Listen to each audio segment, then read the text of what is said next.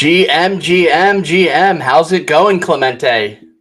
Good morning. Doing good. Woke up to some mayhem. Seems like we're gonna see some JPEGs in the Super Bowl finally, which is great. I know we were all waiting for that last year and it never came, but at least we got to confirm that it was not going to be the case next year, and we're going to see at least Digidaigaku. We'll see if anyone steps up now that Gabriel has announced that. How are you, man? Good. Hanging in there. I know we saw the CPI news come out this morning. We saw the market's downturn, ETH downturn a bit. Going to see some more bleeding there. So a bit bearish there. Definitely some bullish news as well. We're going to cover today. Should be a good show. Should be good, guys. Welcome to the WGMI Morning Show, episode number 22. This is where we bring you everything and anything you need to know about the NFT market in about 30 minutes or less, using WGMI's various tools and insights to try to provide you that competitive advantage, help you make some money, and help you, because we all know we need it in this market. If you like what you're seeing, if you like some of the tools and analytics that we're showing you, feel free to DM us the word newsfeed for a chance to win a 7-day trial to use all of our tools risk-free.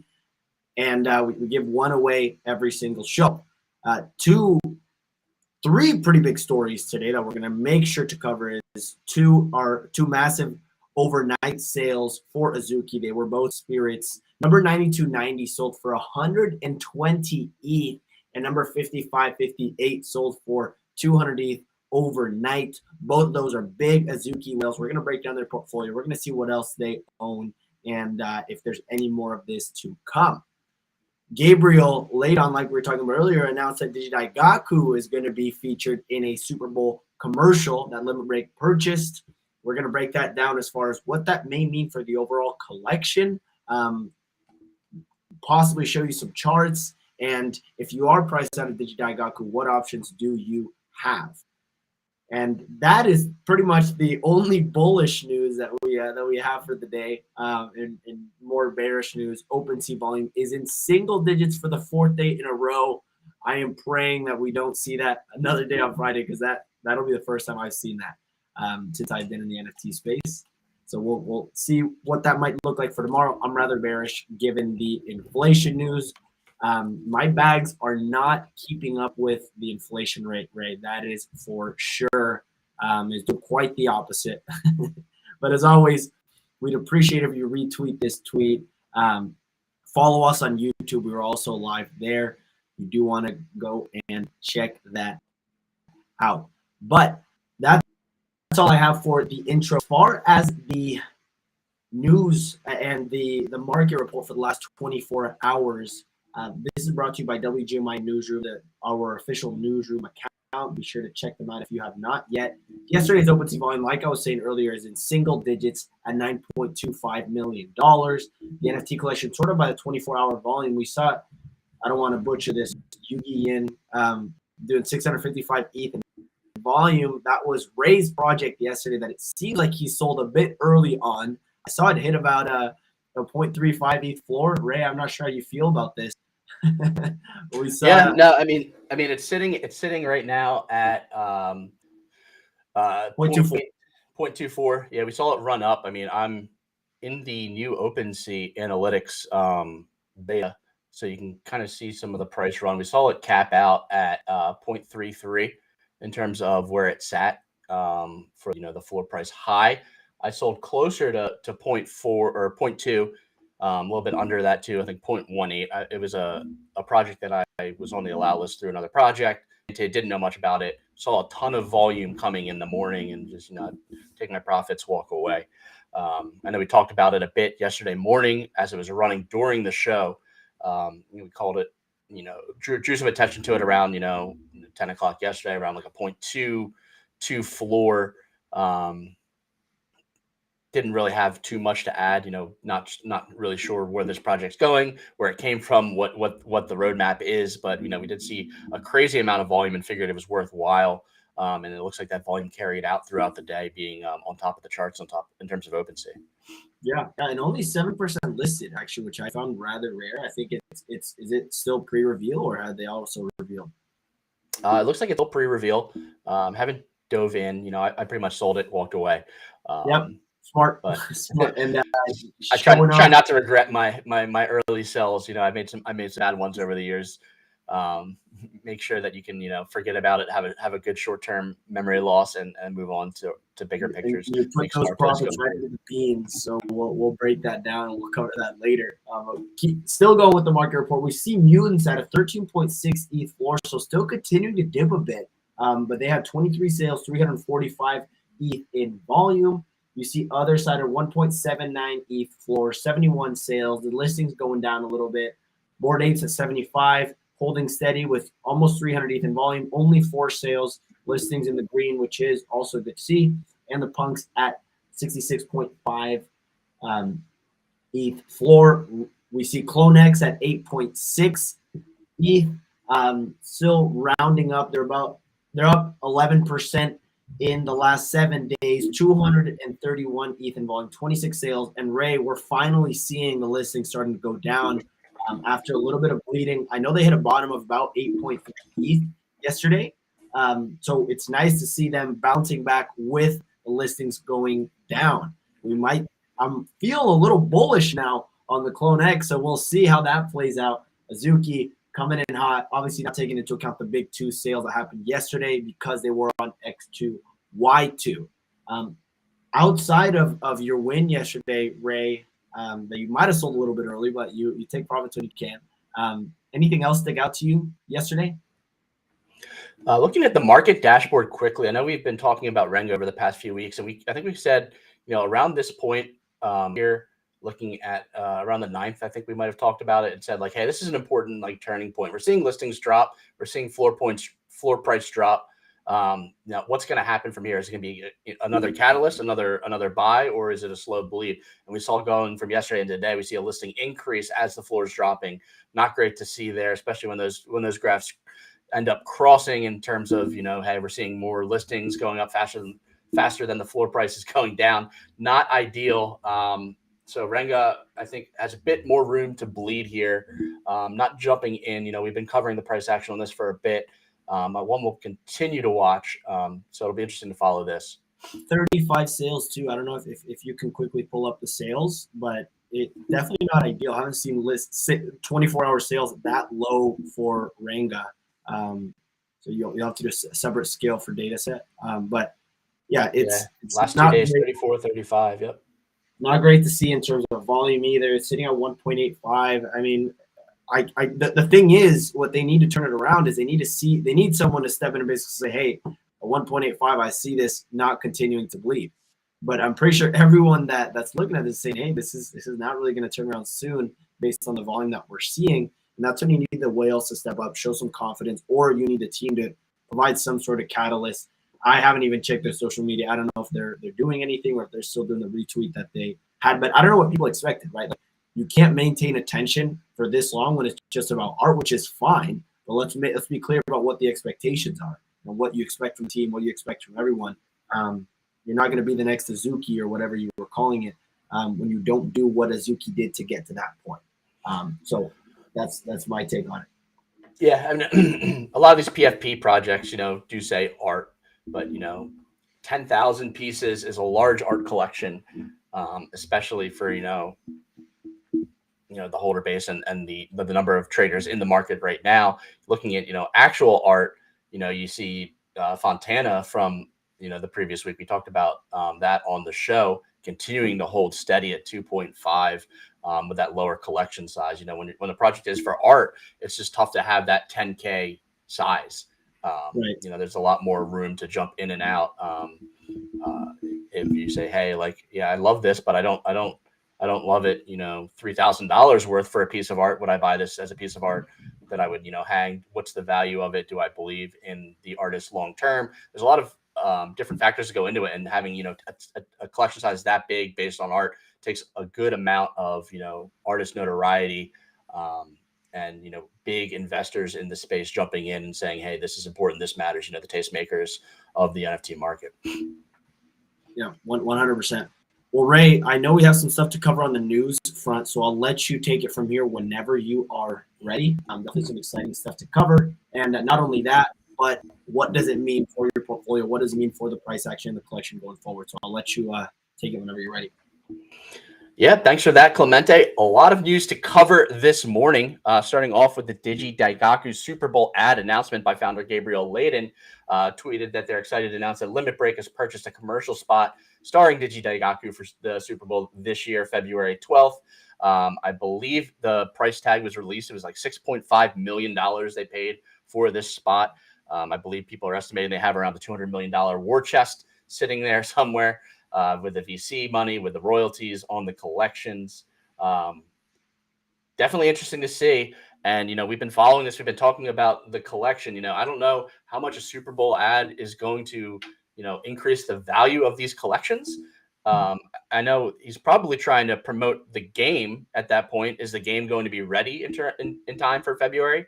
That is pretty bullish if that's the case. If he's just promoting the IP, I don't know if he's going to be, able to sell, these, 10, 12 ETH NFTs to the general public. I don't know if that's the right way to go about it.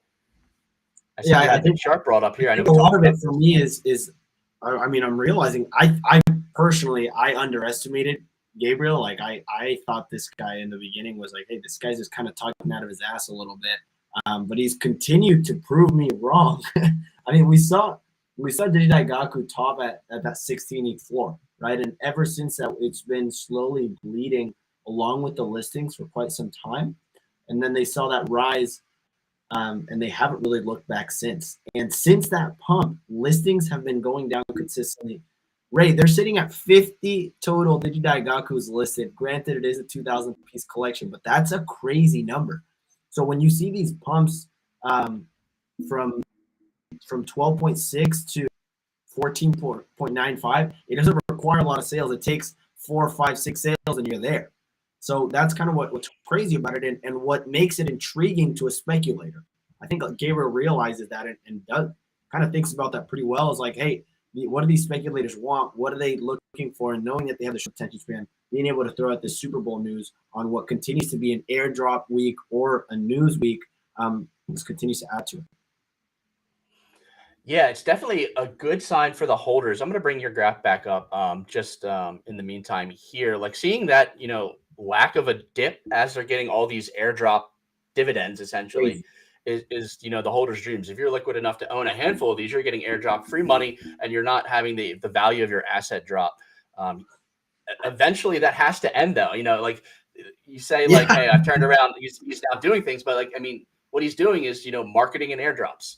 Like we haven't seen the game. We know that he's like a very good marketer, very good at getting quick collaborations done. I don't know if that Raft collaboration was in the works for a while, or if they have a team that can just spin up these airdrops very quickly. They have, a number of artists on staff, the back end Solidity devs to just spin up these airdrops quickly. If they do have that factory and they can continue to drive story and value, I can see it holding, but it's just so hard to believe they can continue to dilute with only marketing backing them in the hope of a game and continue to see this price hold this level and even go higher. Well, the only thing is like, hey, do you believe that this is going to become more valuable over time, over the short term or the long term? And he's gotten people to say yes through his marketing, but also through the larger promise that there's going to be a game that is delivered that's going to blow everyone's heads off, given his previous success in gaming. And the way I look at what he's doing through this news, through this engagement, through this marketing is like, all he needs to do is buy himself enough time for when that game does come out that people are ready and are still engaged for. So that's what I think is the approach, and what I think a lot of gaming is going to do going forward is like, hey, let's just create as much hype as possible and build this marketing, keep people engaged in various ways, and he's been one of the best to do it so far. Yeah, definitely. This is a big news moving, like a needle moving announcement. We did see that price jump when this was announced. We did see some buys. Going to continue to watch, and hopefully this means that the game is closer to ready than not. I think I said that already, but being able to announce a free-to-play game on the Super Bowl ad would get that in the hands of a lot of people, which will definitely drive the success of Digidaigaku. Moving on, though, a lot to cover. We have an upcoming drop covered here. Budweiser and FIFA are teaming up for a World Cup drop. I believe there's scoreboards that will update and track your team's journey. More information linked out from our newsfeed. We saw Ryan Carson see a bit of action yesterday, joining the MPL team and the On-Chain Monkey team as advisors. We had him on our Market Talk show last Friday. He was talking a bit about, his VC investing, strategy, his NFT investing strategy, what he looks for. We have some of those sound bites clipped up and on our Twitter. If you want to jump in and take a look, that whole space is recorded. We also saw him sweep On-Chain Monkey live on our show. And then he was announced as an advisor to the team yesterday. So some news there for the On-Chain Monkey holders. Moving on to Deadfellas, they announced that Dead Zone LA tickets will be released. It's an event for Halloween, IRL event, October 29th, Saturday, in Los Angeles. Initially, tickets will be token gated to Horde members. And this includes Original Collection, Dead Friends, Infected Season 1, Betty Popar. Is that a pretty large group of people? I know you're a bit deeper in the Dead Friends, or the Dead Fellows. Yeah, Dead Friends are, I believe, a 15 to 20,000 piece collection. The Season 1's Infected are not too big. Betty Popar, so it'll be 25,000 people around there, give or take. Okay, so 25,000 pieces, probably, maybe 10K unique collectors or something like that over that, and they all get a +1. So definitely a big, could be a potentially big crowd there, depending on how localized they are to the LA area. And it looks like they'll be selling some tickets to other communities as well. But, holding those assets get you in free of charge. So if you're in the LA area, if you hold a Dead Fella, maybe you're going to drive down. No, I'm not going. But I'm just I'm hoping to God that they don't cool mans it and drop a mill on the party, and then we're stuck 3-4 months later with no money. So maybe we talk a bit about that after I get done the news feed. Space they had yesterday. I think there's some merit there to talk about use of funds and companies' paths. Moving on, though, we had Metaki announce a new Ganymede going to be dropped on IMX. It's their game metaverse they've been working on behind the scenes. We talked about this yesterday. Some more details were released. You can check that out on our newsfeed. Art Gobbler's mint date confirmed. This is a highly sought after mint by Justin Roiland, worked with Rick and Morty. It's the allow list is very tough to get. I believe they're doing meme contests.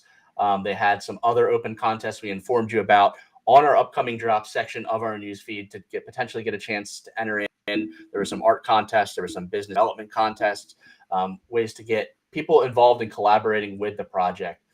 Proof released a deep dive on this Art Gobbler's collection ahead of it. I think this is one that's going to see a good amount of attention in the NFT space, one to watch for sure, and we'll keep you updated on all of the developments coming up to that drop on October 31st. Moving on to VeeFriends, the Goat Gift Artist Collection, I think got separated to its own individual collection on OpenSea. This will separate it, allow easy searchability when you're looking for the Gift Goat. NFTs could provide more liquidity, more eyeballs, and easier entry point into those Gift Goat NFTs. More information and links provided on the newsfeed. Speaking of IRL events, we had Doodles announced that Doodleput is coming to Miami. It'll be a new live experience, golfing experience coming to Wynwood December 2nd and 3rd. This will be during Art Basel, I believe. That'll be pretty cool. If I was down there, that would be an event that I would have circled on my calendar, especially if it was open to the public. I don't hold any Doodles assets right now, but I can imagine that being a fun one for sure. Yeah. It seems like a good time. I like the art they did for it. It looked cool. So we'll it's not one of those events that's a floor mover. It seems like Doodles doesn't really care too much about that or try to create that type of brand. Like I like that they do that to a certain extent. It's just something that you get used to that cadence as a Doodle holder. They have these quiet periods. So it's cool to see them putting out the effort and trying to put these events together to try to keep the holders engaged. Yep, absolutely. We have another Sotheby's drop after the Sebastia Salgado. I'm not sure the status on that. I need to check this morning. I minted a few of them at launch.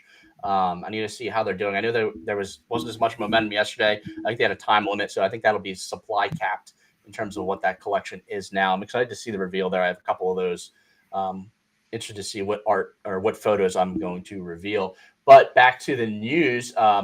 Heft and Sotheby's are collaborating to sell a Fury painting that's upcoming. Sotheby's is really moving quickly on these drops. You know, they have a pretty solid cadence where they're not even done with the previous one, and the next one is already, you know, on its way. We'll talk about it more later in the show, but we have another upcoming drop from Sotheby's that's, you know, taking bids starting this afternoon. I don't know if it's a good thing or a bad thing. I know it seems like they're finding, you know, they're curating somewhat quality collaborations for the platform, but are they not doing each of them justice by slotting them in so close to each other? Yeah, and I think they should do if I were them, if I were an intern or doing some sort of marketing for Sotheby's, I'd jump in and say, hey, Sotheby's, like, let's sit down, let's bring out the calendar. Who are we releasing for the next 2 months? And then 3 weeks or 4 weeks before the actual reveal or before the mint, you do a series and a thread on, hey, who is this artist? What's the story behind him? And then after the thread, you do a Twitter space with them. You invite a bunch of people to it, and you get on you pay for an ad somewhere, and you do them justice for it. Because the better that these artist drops do after minting, the more you can go to other artists and say, hey, look what we just did for Sebastião Salgado. He minted out his collection sitting at X, Y, and Z. We raised this much money from it. How would you like to do a drop with us?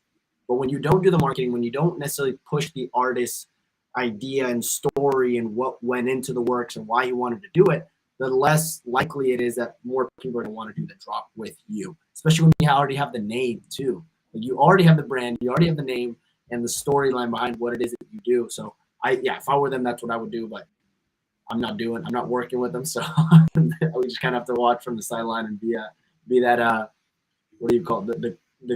The couch coach or armchair quarterback. Armchair quarterback. Yeah, maybe that's it. Yeah, this can act as your video application to Sotheby's. Hey, here's what you should do, and here's why you should bring me on to do it. Love it. Moving on, though, we have Forgotten Runes with some news. Bring your characters to life and battle in Dungeons and Dragons.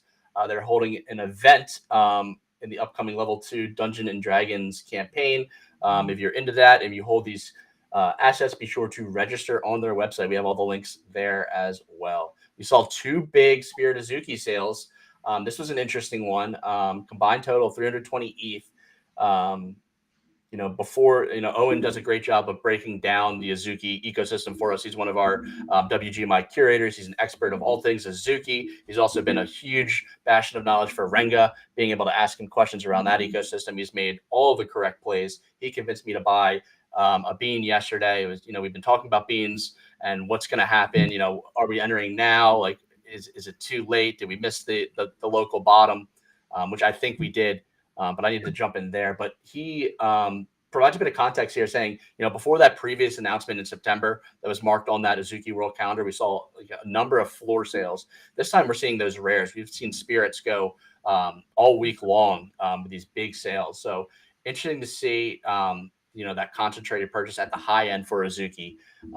Is that going to lead to, you know, additional investment at the floor coming into it? Or do we think like these are, you know, events that just are coincidental and not tied into the news we're going to see this Friday? If I'm a Azuki holder, I have to be feeling good, though. I mean, it seems like every other week I see a 100th Azuki sale, despite the market that we're in, which I haven't seen from any other collection that's outside of BAYC, obviously. But, I mean, going into it, the 200 ETH sale, I have we did a little bit of a deep dive on our Twitter, if anyone wants to check that out there. But looking at their portfolio, they're not playing around. They're not playing around, and the total value is a little bit off. But they have 197 Azuki, 10 Bored Apes, 332 Beans, 16 Mutants, 35 other deeds, and out of those, 3 of them are Kodas. So when you look at this, they got 6 crypto dick butts. They have a really solid portfolio, and they just keep accumulating, which as a holder of Azuki or as a holder of Beans, it's definitely encouraging just to have these types of holders that can step in and have big money like that. So, and then the other guy, I don't have his chart pulled up. I don't have his wallet ready, but just to provide you guys some context here, this the second buyer of this Spirit Azuki for 120 ETH has 91 Azukis, 410 Clone X, 248 Monoliths, 147 Beans, 18 Murakami, flower teeth. But what really blew me away was their portfolio allocation chart, right? They have 9,200 ETH just sitting in that wallet. So when you look at an 120 ETH sale, but then that's a drop in the bucket, and look how much it's dwarfed compared to the ETH stack that they have. Yeah, absolutely. I'm gonna need you to send me that wallet once we get off the show. I'm gonna add that to my Ninja Alerts feed. We have a partnership running with them where we're offering each community access to the other for a trial period. Love Ninja Alerts, love what they're doing over there. Love to partner with them continually. But this would be a good wallet to track. And if you do see some buys coming in, you may be able to jump in and get in before a big sweep. Yeah, absolutely. I was asked this question today, or it wasn't asked. I saw it on Twitter, and I chose to answer. But it was like, would you buy an Azuki or a Moonbird right here? And it led me to like looking at the numbers, the catalyst, short term, long term. I think Moonbirds are a better long term play, but I think Azuki has more catalysts in the short term. It'd be one that I would look to potentially, flip, etc.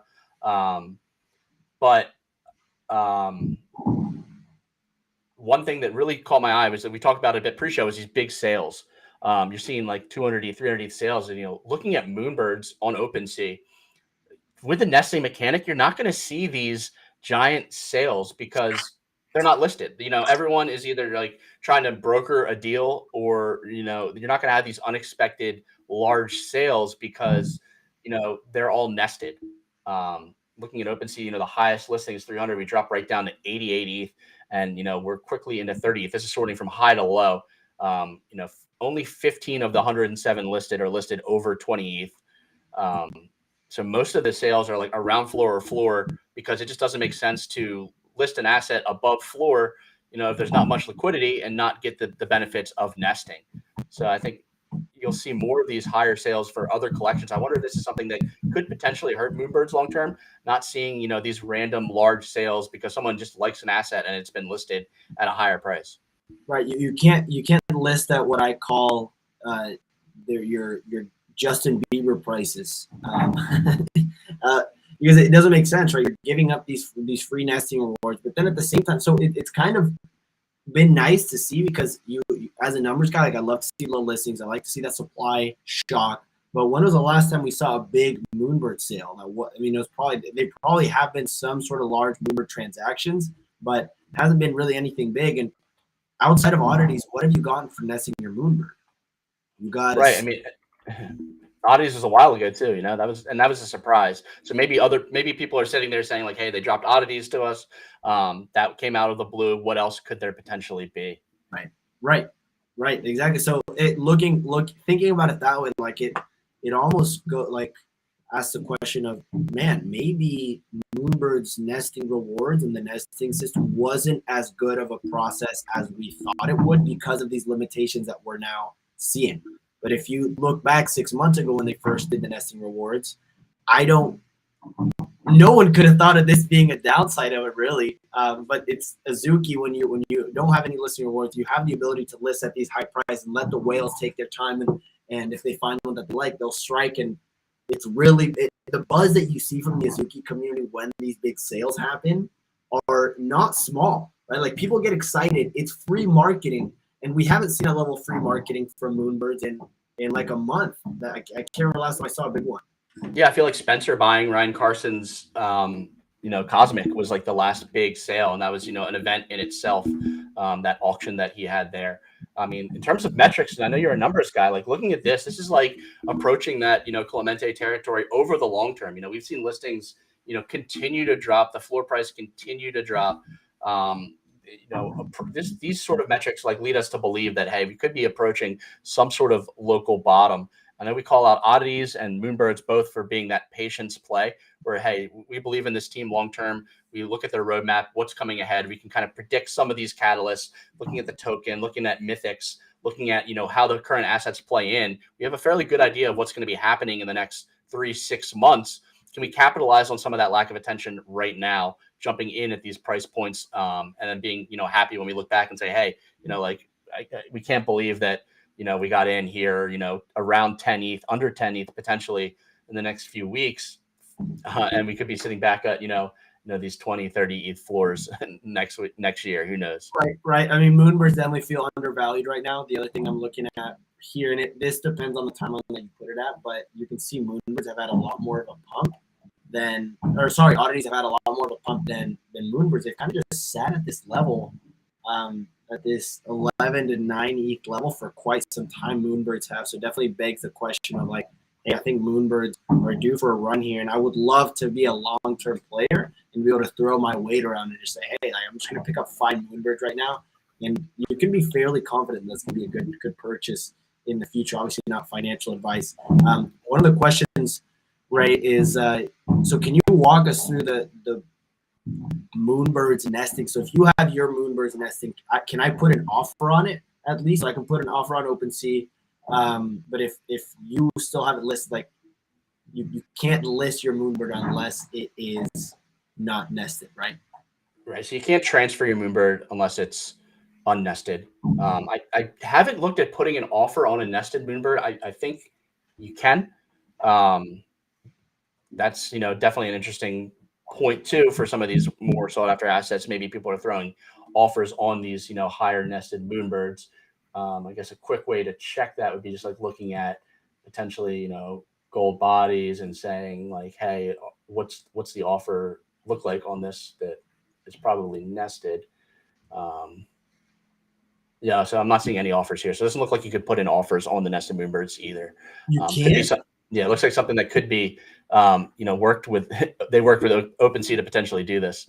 That would be cool. Like that would be a really good. I think the fact that you can't even put an offer on it is definitely tough. Considering, like, if I'm a whale and I got 500 ETH burning a hole in my wallet, like it seemed like some of these Azuki sales whales do, and I'm going around an OpenSea and I'm saying, hey, this Moonbird looks really cool, but you can't even put an offer on it.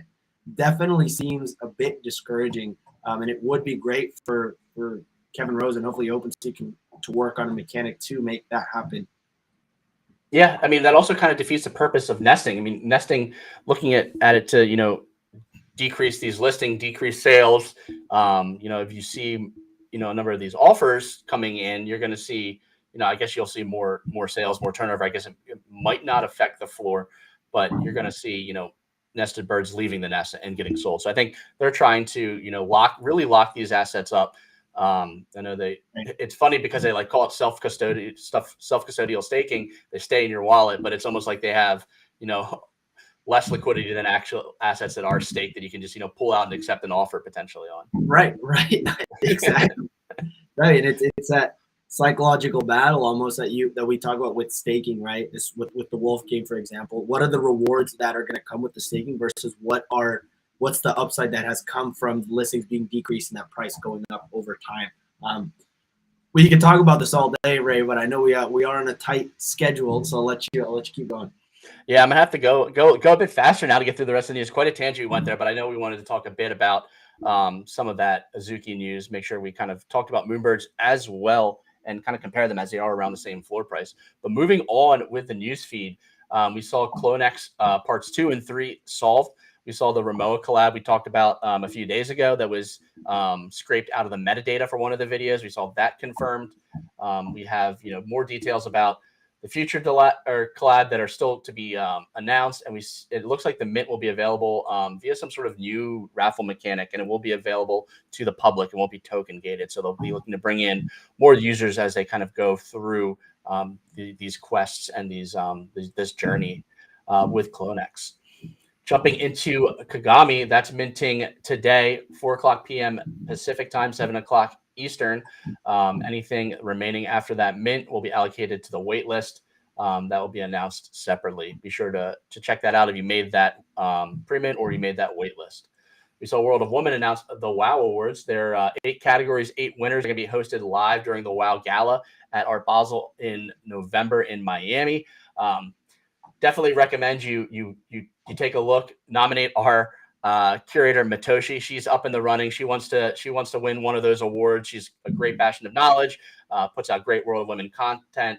Can't sing enough about her praises. So check that out. Just throw her a nomination if you are so inclined.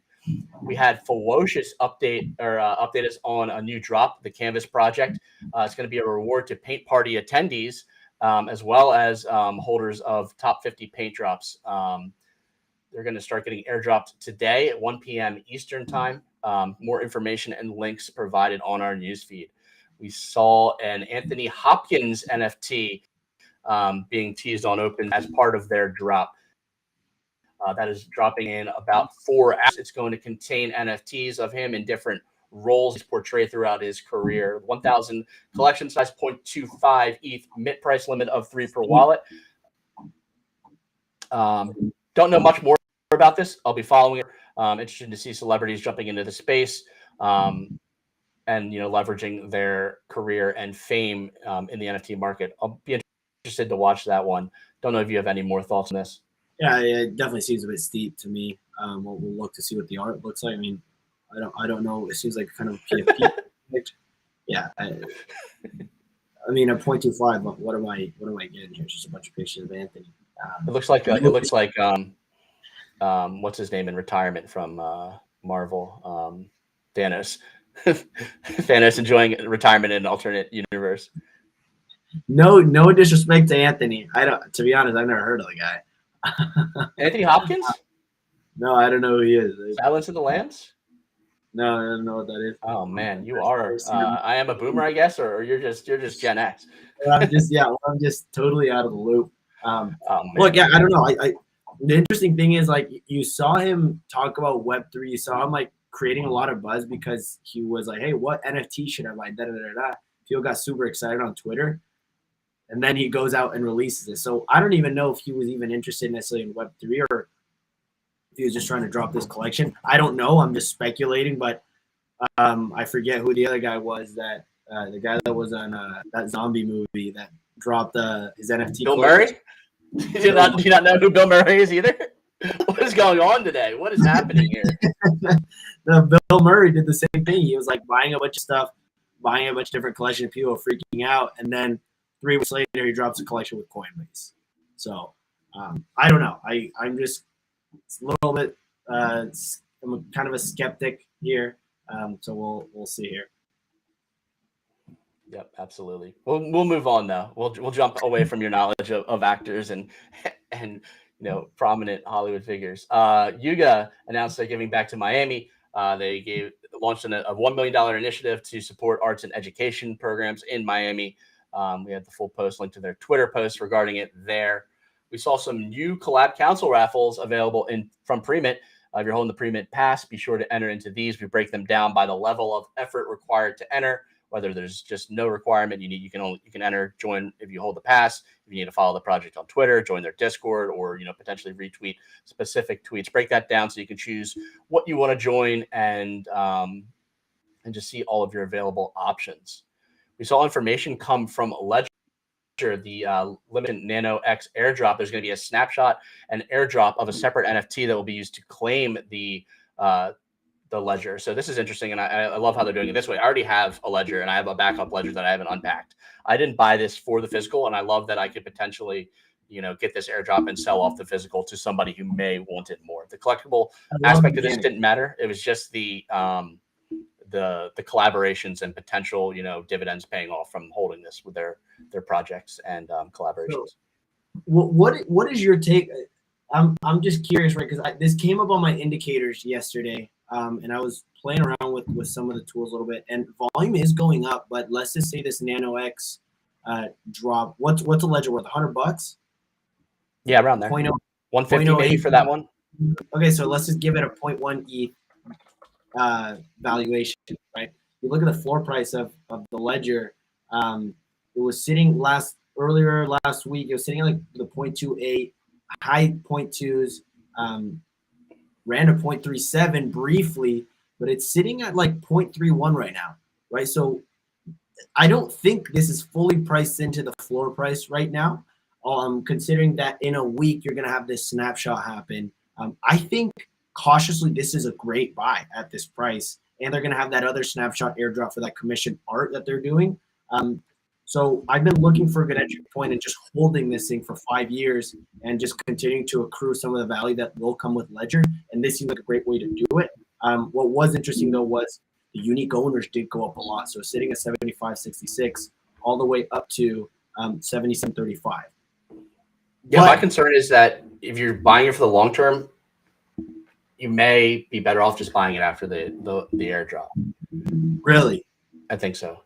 Because I think we're gonna have this issue where you're gonna have 10,000 ledgers available in secondary market, and not that many consumers who want to buy them. You don't look at it as kind of a collect. I was looking at it like a collectible. Like, hey, you can get this black on black Nano X that you can then cash in for a physical one if you choose to do so. I don't know, but so you think that possibly? I mean, is it going to be worth $80, $90? So that's just what I'm thinking about. But I'm looking at this 0.3 price. The lowest that Ledger has hit is 0.25 ETH floor. If you give it that 0.1 ETH valuation, and you're going to be able to sell this thing for 0.1 ETH, if that's going to be the floor, maybe it'll be 0.07, 0.08. That isn't fully priced in my honest opinion yet. And this seems like a better entry than possibly afterwards. I don't think people are going to dump their Ledger Market Pass because they weren't necessarily expecting that to begin with. Yeah. I guess it's going to depend how many people are looking at it for that collectible versus looking at it like I do, like it's a partnership and opportunity asset where I can cash in utility on it constantly. Definitely interesting to see. My plan is going to be list that, sell it ASAP when that airdrop comes, and then look to accumulate more potentially on the dip after the snapshot. If there's an overcorrection, definitely would look to get some more exposure to the Ledger ecosystem there. Yeah. Shuab says to wait for after the snapshot. So I guess, I don't know. We'll look to see it play out. I'm going to maybe put in some offers at 0.27, 0.28. If I can get in at a discount, I'm loving it. I'm in there like white on rice. I'm going to list that thing right after the snapshot and call it a day. Awesome. And speaking of snapshots, we saw that the team is announcing there's going to be a future snapshot for those fire trades. It's going to be at a random time today. So you can still buy those. Be aware that when that snapshot's taken, I'm sure we're going to see some of this these trade sales drop. So if you're holding those assets, be sure you're paying close attention to the Aliens Twitter feeds today. We saw that Currency by Damien Hirst. He started to burn them earlier this week. They're burning them 12:30 to 1:30 local time in England every Tuesday to Sunday until October 28th. So he's continually burning these NFTs. I think a few hundred a day up through the end of this exhibit on the 28th. I saw this covered in a couple news outlets. Interested to see. Definitely will draw some eyes to the NFT world. Maybe some collectors, like real world art collectors of physical pieces see this, and it gives them an entry point into the NFT market. Yeah, I saw NPR posting about it here.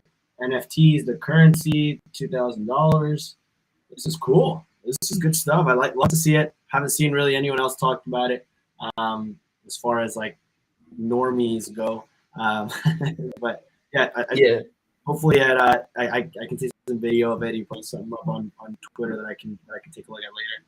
Yeah, I think we covered this at like one of our first shows. We talked about this. It was one of our first newsfeed updates that was on. And we talked about like, hey, like maybe this is a time that there could be some attention and movement around the currency. Like keep an eye out for this show.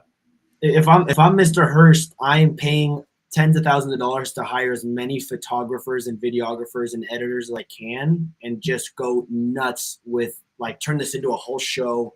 Maybe burn himself on fire a little bit. He is definitely one for theatrics, and that's why this is definitely interesting to watch for sure. Moving on, though, still a bunch of cover. We're over. We apologize. We dove a bit too deep. We have too much news, but we want to keep you informed of everything we think is important. So bear with us, and we're gonna keep going on here. We saw Meebits enter the sandbox. They released their sandbox world. Interested in to take a look at that. We have the link to the sandbox world here. If you have a Meebit, you can check that out.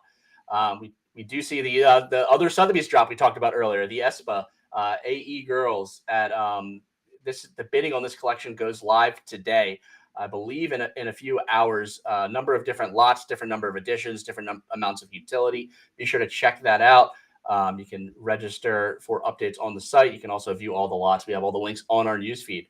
That being said, that wraps up the newsfeed for today. Not sure if you have anything else you want to share, or if you're looking anything on the dashboard. Any buys today? Ray, as much as I hate to say it, because I know you just got into it yesterday, I'm not getting into Beanz. It's too risky for me. It's too inflated. I don't know what they'll do on Friday. I hope that they pump a little bit. But what I was looking at here, I'll share my screen while you're getting that ready. I'm fading them. I'm fading them. You saw that the listings were 940. They're all the way up to 1100. The floor was at 0.96, so it dipped a little bit. The listings are too high for me, and then the fact there's a 20,000 piece collection doesn't give me the hope that it. But they have been moving, right? But there haven't been this massive price action, so you can go either way. But to me, with the current market conditions, given what's going on, I'm like, hey, as much as I would love to jump into this at 1 ETH, I'm gonna hold off for now and play the wait and see game. If I get burned, I get burned, but I wish you the best of luck on this, and we will see tomorrow what ends up happening with this Azuki world. Do you have a plan for it? Yeah, I'm just gonna watch it 2x and then sell it, and then point it out on the show when it does. It may not be this week, it may not be this year, but I'll find that day. No, I'm just kidding. I'm waiting to see this announcement. The thesis behind it is, hey, it's fairly low risk. I don't think we're going to drop too far below maybe 0.7 being a bottom here. We have a lot of news coming. The listings definitely are scary, but we have the announcement tomorrow. We still have that VC news hiding in the background. Is that going to push the price of Azuki up a bit? On the back of that news, and that we'll bring up Beanz with it. And I know that our curator Owen has continually talked about them being like, hey, this is the Bored Ape Kennel Club of the ecosystem. There's going to be this new collection that's going to be more of like a mutant for the Azuki. If the Beanz play any part of that new collection, burning a bean or needing a bean, or Beanz generate some sort of currency towards that new collection, their value is going to increase dramatically. So I think it's a low risk with a potential high reward. We've talked about it for a while. We're looking for a lower bottom. I don't think we're going to see it. I guess this could all be moot tomorrow if the announcement doesn't go well. We could be coming back Monday, and I could be regretting this whole take. We could find a bottom there, but I don't think we're going to see anything below 0.7 in the near future. Yeah, no, you're right. I agree with you there. So we'll look to see how that plays out. What I will say is, I created like a little sales bot to follow, and one of the collections in there is Beanz, and so I see all the Beanz pop up, and I have to say they're pretty cute. Like, the more I've seen them, the more I've seen some of these pieces, and the one that you bought, like, they're cool. They're cool. They're not as bad as I initially I was like, these things kind of suck, but I actually kind of like how they look and the animated things that they do. Like, I like the potential that they could have. Yeah, for sure. I think we're pretty much, in agreement with our own opinions here, and maybe time to move on. I just have two more things to cover. We saw the Facebook Meta Connect on Tuesday. We talked about it on Monday. Didn't cover it yesterday, but we saw the price point announced for the Meta Connect Pro, and $1,500 is what it came out to be. And I was looking at this as potentially an entry into, the larger space for AR and VR. I know it's got VR power, and then you can also use it as an AR device where, you pop off the cover on the front and you can, view your surroundings in AR. Definitely cool. Looks like, it's very powerful, but at a $1,500 price point, I don't know if you're going to get any kind of mass adoption. Just wanted to point that out. Also, we did talk about Moonbirds, but we forgot to bring up, gold nesting rewards are going to be announced 6 days from now. I don't know if that's a, hey, buy ahead of that, or oh no, last time that they announced nesting rewards, we dipped 50%. So definitely a good one to have on the radar, and I think we'll talk about that more next week, maybe on Market Talk tomorrow as well. Yeah, I think it'll be good. Moonbirds tweeted out right before the show. They quote tweeted someone, "Hey guys, listing or the gold rewards are coming soon," and they're like, "Hey, get ready for them." So I think knowing what they did last time and how negative the sentiment was, whether it was warranted or not, I don't really have a say in it. I think it'll be a solid one. So hopefully you get some good stuff there, Ray. Yeah, the $1,500 price point, right? You either have a Beanz or you have one of these Oculus, or a Quest or whatever it is. So you can pick. Personally, I'd rather have a Bean. Beans are what, 1.2 now? Right. In that scenario, maybe I'll flip my Bean after the 2x, get a Meta Connect, and then or a meta quest, and then pocket the difference. Yeah. All right, I think that wraps it up for us. Unless you have anything else, Clemente. That is all I have, guys. Thanks so much for listening to the show. We are live tomorrow for the last show of the week, episode number 23, 7:30 a.m. Pacific, 10:30 a.m. Eastern, and tomorrow at 10 a.m. Pacific, 1 p.m. Eastern, we have our weekly market talk. Last week we had Ryan Carson. This week, who knows who we'll have? I was hearing some things about Zagabond, Kevin Rose coming on, so we'll see. We're still wanting to pick who we want, but definitely be. Yeah, I think maybe Biden to talk about the CPI and his thoughts on it. Yeah. Who knows? He'll pop in. It's always a mystery with market talk, but we always have a great time over there. Jump on, come talk with us. Always have great names jumping in, hopping in, offering their expertise, whether it's larger members of the space or if it's some of our curators providing deeper dives into their ecosystem. Highly suggest you guys check that out tomorrow. That being said, thank you for joining us. If you liked what you saw today, if you like the tooling we use, seeing the news, looking at portfolio valuation, looking up other portfolios, seeing what they may be holding, looking at the custom charts, data, analytics, everything that powers the most difficult investment decisions, available at WGMI.io. You can mint your all-access beta NFT now at our website. 0.095 ETH gets you access for the rest of the year, all of our tooling and a discount on access going forward. That being said, thank you for